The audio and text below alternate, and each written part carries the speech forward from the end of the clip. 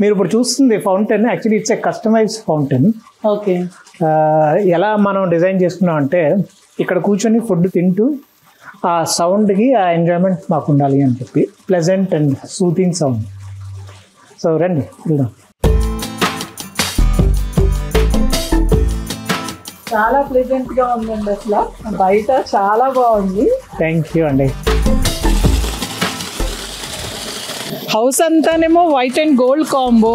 ఇక్కడ చూస్తే blue colour fountain, అంటే వాటర్ కి సింబాలిక్ గా బ్లూ చేశారా? అవునండి, అది కొంచెం రస్టిక్ లుక్ ప్లస్ మాకు ఇది ఈ అంబియన్స్ కలిసిపోవాలి అని చెప్పి ఈ లుక్ అలా ఇచ్చుకున్నాం అనమాట. నేచర్ అనమాట, నేచర్ కలర్స్ తీసుకున్నాం ఎక్కువ. Actually me wife and husband కి యాక్చువల్ గా వెరీ నైస్ టేస్ట్ అండి. అంటే కస్టమైజేషన్ తో పాటు మీరు ప్రతిదానికి ఒక బ్యాక్గ్రౌండ్ రీసెర్చ్ ఒకటి ఉంది. I like it. ఇదేంటండి ఊర్లలో లాగా భలే ఉంది, బ్యాంబూ వాల్. అవును సుష్మా, ఇది బ్యాంబూ యాక్చువల్లీ గార్డెన్ కి మంచి లుక్ ఇస్తుంది అని చెప్పి ఇలా బ్యాంబూ ప్లాన్ చేసాము. అండ్ మెయిన్ ఏంటంటే ఇది ఒక పార్టీషన్. ఇందాక మనం మదరిల్లా సూట్ చెప్పుకున్నాం కదా, సో ఆ మదరిల్లా సూట్ ని మేము రెంట్కి ఇచ్చాము.